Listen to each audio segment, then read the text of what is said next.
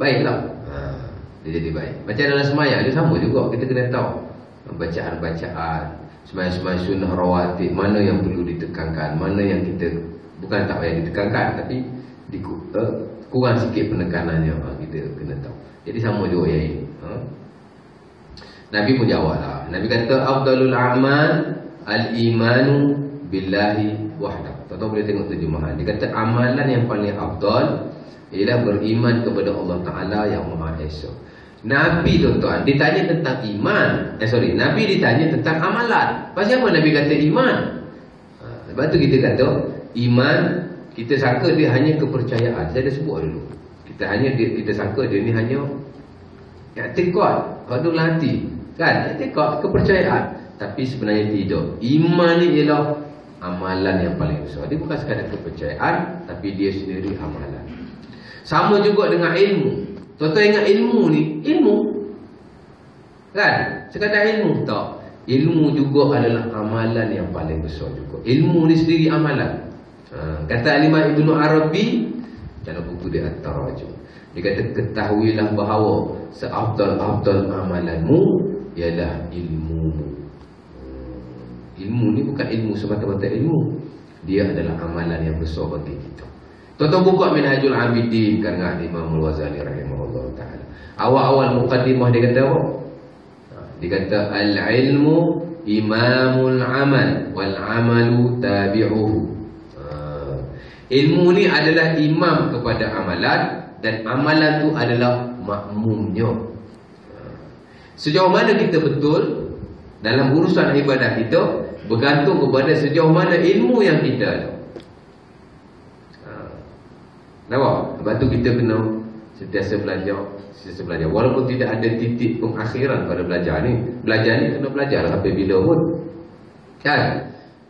Dia tak ada satu full stop belajar. Cuma kena sentiasa kita kena sentiasa dengar, baru kita faham. Kan? Boleh? Satu hari Nabi ditanya. Bukan Nabi ditanya, sahabat berbicara, termasuknya sahabat bernama Abu Umamah Al-Bahili. Dia berbicara dengan sahabat-sahabat lain di hadapan Nabi.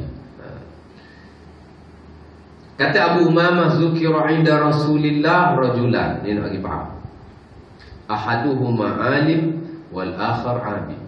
Abu Umamah kata satu hari kita duduk dengan para sahabat, kita berbincang tentang dua orang ni. Sebab dua orang ni tuan-tuan, dia penting. Bukan saja dalam syariat Nabi kita Muhammad SAW, tapi juga syariat Nabi-Nabi terdahulu. Banyak kisah yang banyak yang disebut tentang Nabi-Nabi dulu dan umatnya ialah kisah tentang dua perihal manusia ni. Satu ialah abid, orang yang rajin beribadah. Nak cerita pasal agama, cerita pasal abid kan? Satu lagi alim. Nak cerita pasal agama, cerita pasal alim, orang alim kan? Dua tu, abid dan alim. Dia cerita pasal tu. Macam orang alim zaman dulu ni cerita depan Nabi. Bila Nabi dengar, Nabi pun jawab. Nabi kata apa? Nabi kata,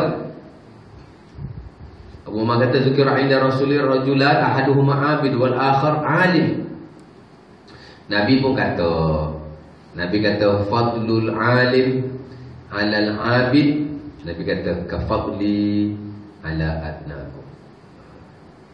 Nabi kata beza antara orang abid.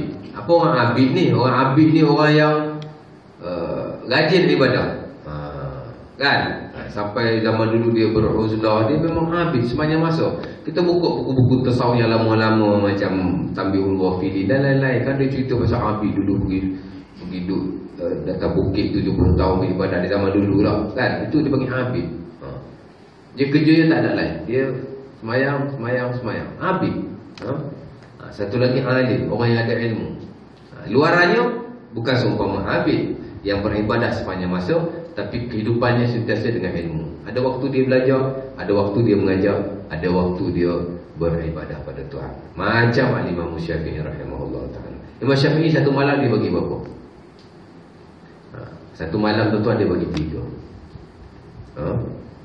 Anak murid dia cerita, Al-Imam Burhanuddin sebut dalam Manaqib Al-Imam Syafi'i, Imam Syafi'i dia bagi 3. Dan perkara yang sama disebut oleh ulama-ulama lain bila disebut dalam Imam Syafi'i. Antaranya Al-Imam Al-Baihaqi sendiri dalam Manaqib Imam Syafi'i. Dia kata Imam Syafi'i ni malam dia bagi 3. Pertama lil ilmi. 1/3 malam, pertama lil naum, untuk tidur. Yang kedua lil ilmi, untuk mengulang kaji ilmu dan menulis buku. Satu lagi baru lil ibadah. Imam Syafi'i tidur 1/3 tidur. Malam ada contoh 12 jam. 4 jam dia tidur, 4 jam dia menulis ilmu, 4 jam dia semayang. Nampak? Dia bagi 3. Ini alim. Dia ambil juga, tapi ada bahagian daripada kehidupan dia untuk ilmu. Tapi ambil tidak. Ambil di sepanjang masa dia dengan ibadah. Nampak?